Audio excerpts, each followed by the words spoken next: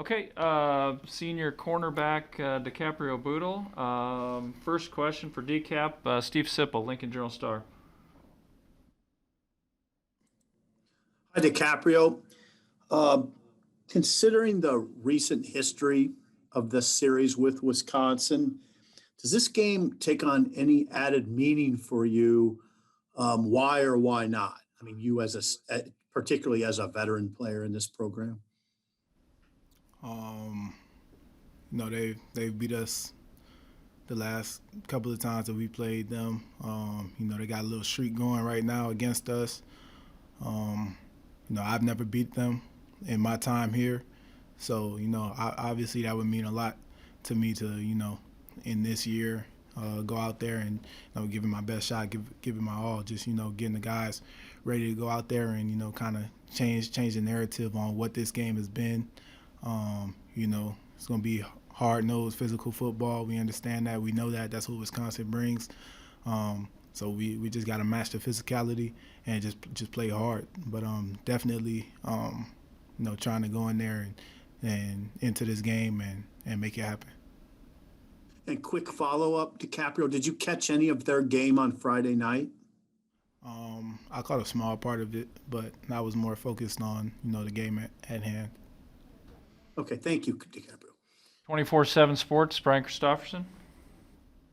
Hey, DiCaprio, with the targeting suspensions to a couple guys, can you give me a rundown from your perspective as a veteran of some of those young players who might need to step up Saturday early on? Like, I don't know if it's Quinton or Miles Farmer, maybe some other guys. What's your level of confidence in those guys and where they're at right now?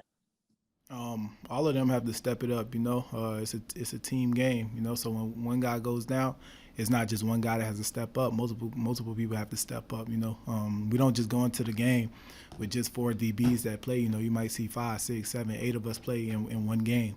So the group has to be deep that way. It has to be a tight knit, deep group. When one of us fall to the wayside, we got you. We gonna make it right. So. The names you named, a couple other young guys just got to step up. Bring it this week in practice, and at the end of the week, my coach will make their decisions based off of the week of work that we put in. But right now, they're all working hard, and that's all we can ask for. Thank you. Evan Bland, Omaha World Herald. Capper, you've seen a lot of Nebraska's front seven, a portion of that defense over the years in the offseason. I'm curious, from your perspective, where did Saturday rank just in terms of the physicality you saw those linebackers and linemen play with, and maybe how well guys stuck to their fits or their assignments? I think it's a unique group, a group that's gonna fight, gonna fight and claw, scratch, nail, at the game, completely. The front seven, just continuing to be physical, not backing down from any challenge. That's gonna go a long way for us this year. Colin down there, kind of being the vocal guy, leading the guys, and really getting them rallied up, getting them ready to go.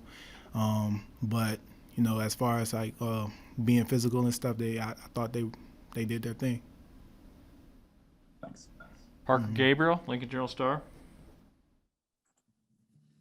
Hey, DiCaprio, I know the tight end, Ferguson for Wisconsin, isn't the only good one by a long shot that you guys will face this year, but what unique challenges does a talented tight end present to a defense, and what is maybe more difficult, or what is difficult about, just the versatility with which players like that can be used? Both ways, he in the passing game, just being able to stretch the field, stretch vertical, expand the field on the out routes, be able to box out guys, just having a big frame like that, in short hands, just being able to, just work his way around the field. And as well as, in the run game, when he's called, when his number is called for him to open up a gap, him being able to do that. So, guys like that, you just got to play true to what true to your true to what you're taught, true to your coverage, true to your skill set, and just let it work for you, because he has a unique skill set that he's going to use to try to elevate his game. we can do to slow him down and try kind of stop him. So, a guy like him, you got to give him his respect. He's worked for that over the years to have that respect, and he's just continuing that. So, we're very aware of it. We'll take 2 or 3 more for DiCaprio. Andrew Ward, KLKN. Hey, DiCaprio, just how difficult is it to be a defensive back in today's game with the holding penalties and the targeting calls and the pass interference and everything? If any real defensive back isn't gonna sit and complain about all that type of stuff, whether you get a holding call, whether you get a pass interference, targeting, any of that, you're just gonna continue to play ball. Whether they're good calls, bad calls, refs, they human just like us. They don't make all the right calls, and sometimes they make mistakes. Sometimes they see things differently than how they actually happened, or if you were to slow something down in real time, it really didn't happen the way that they thought they saw it. But as a defensive back, you just got to live with that. That's just the game that you play. You just got to find a way to make a play without drawing a flag. Sean Callahan, Husker Online. Hey, DiCaprio, how different did Wisconsin's run game look last week without Jonathan Taylor? Obviously he'd been there and been a record-setting back. What were the biggest differences you'd seen from them running the football?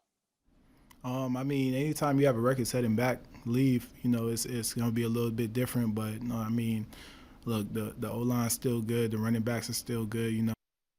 Guys, the respect for who they are, and just know that we got to go in there and just play our football. Are you playing any safety at all, or working some safety just kind of as a precaution, or do you expect to be straight corner all week, knowing that you have one safety and one corner out for the first half of this game? I'm always working safety. I'm always working everything, whether it's corner, safety, nickel, dime, wherever the coaches need me. I played a whole series last game at safety, but spent most of my time at corner. But, wherever, whatever the coaches want me to do that, I'm going to do that. So at this point, it's just like I always prepare myself to play anything. And last one for DiCaprio, Sam McEwen, Omaha World Herald.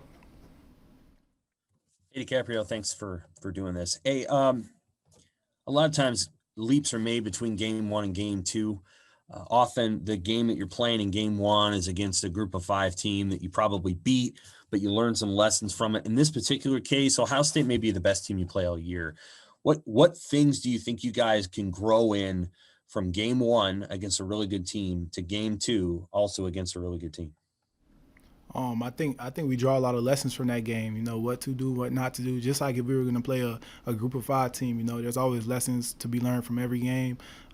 This time it was just, one of a top 5 team in the nation, and even though the scoreboard wasn't favorable, wasn't what we expected, wasn't what we wanted, it's still a lot to learn, a lot to just feel from that game, just the feel of the game, and just understanding, where we were at, where we went wrong, what we did good, what we did bad, and just be able to grow off of that. So honestly, playing a team like that first game might actually be good for us. All right, thanks to Cap. Okay, go ahead, Sam. No, it's okay. Go ahead. All right. We'll wrap up with DiCaprio, and then we'll have Adrian Martinez for just a couple minutes here before Coach Frost comes. Thanks. Thank you.